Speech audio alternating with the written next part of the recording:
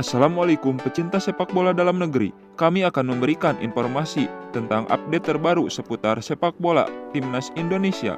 Sebelumnya jangan lupa like, comment, and subscribe agar dapat mengetahui update terbaru Timnas Indonesia. Striker Timnas Vietnam dibikin panik dengan skuad dari Timnas Indonesia. PSSI sedang berpacu dengan waktu untuk merampungkan proses pewarnanegaraan atau naturalisasi terhadap dua pemain sepak bola keturunan Indonesia, Tom Hai dan Ragnar Oratmangun.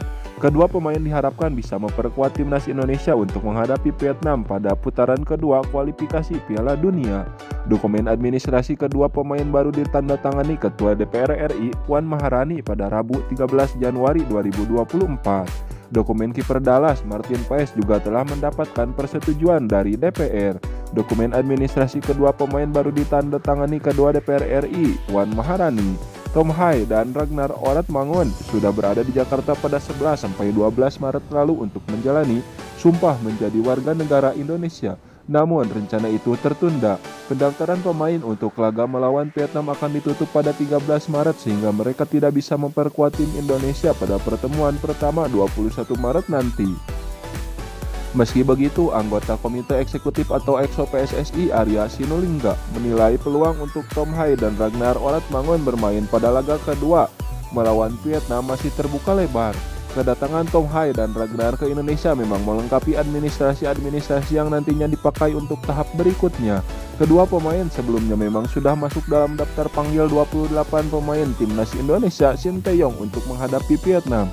Rencananya para pemain itu akan mulai dikumpulkan di Jakarta pada 8 Maret.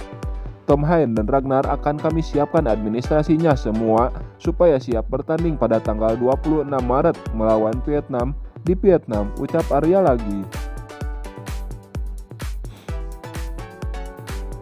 Striker atau bomber timnas Vietnam, Nguyen Chong Phong sepertinya tak ingin memicu polemik dengan membuat komentar pedas untuk timnas Indonesia lantaran skuad timnas Indonesia semakin berbeda dan semakin berkualitas.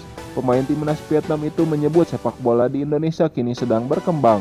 Pertemuan antara Indonesia dan Vietnam selalu menjadi sajian menarik pada level Asia Tenggara sebab beberapa tahun terakhir ada persaingan yang ketat antara kubu Indonesia maupun Vietnam. Jelang duel ini, Baek Doyoman sempat membuat komentar pedas soal banyaknya pemain naturalisasi. Namun Chong Phong tidak ingin melakukan hal yang sama.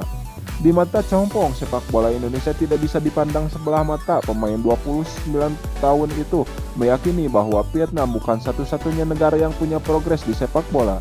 Indonesia juga di posisi yang sama. Sekarang sepak bola di semua negara sudah berkembang, bukan hanya Vietnam saja. Menghadapi Timnas Indonesia nanti, kita harus mampu menganalisis lawan dan mencari strategi untuk bisa mengalahkan mereka, kata Chong Phong.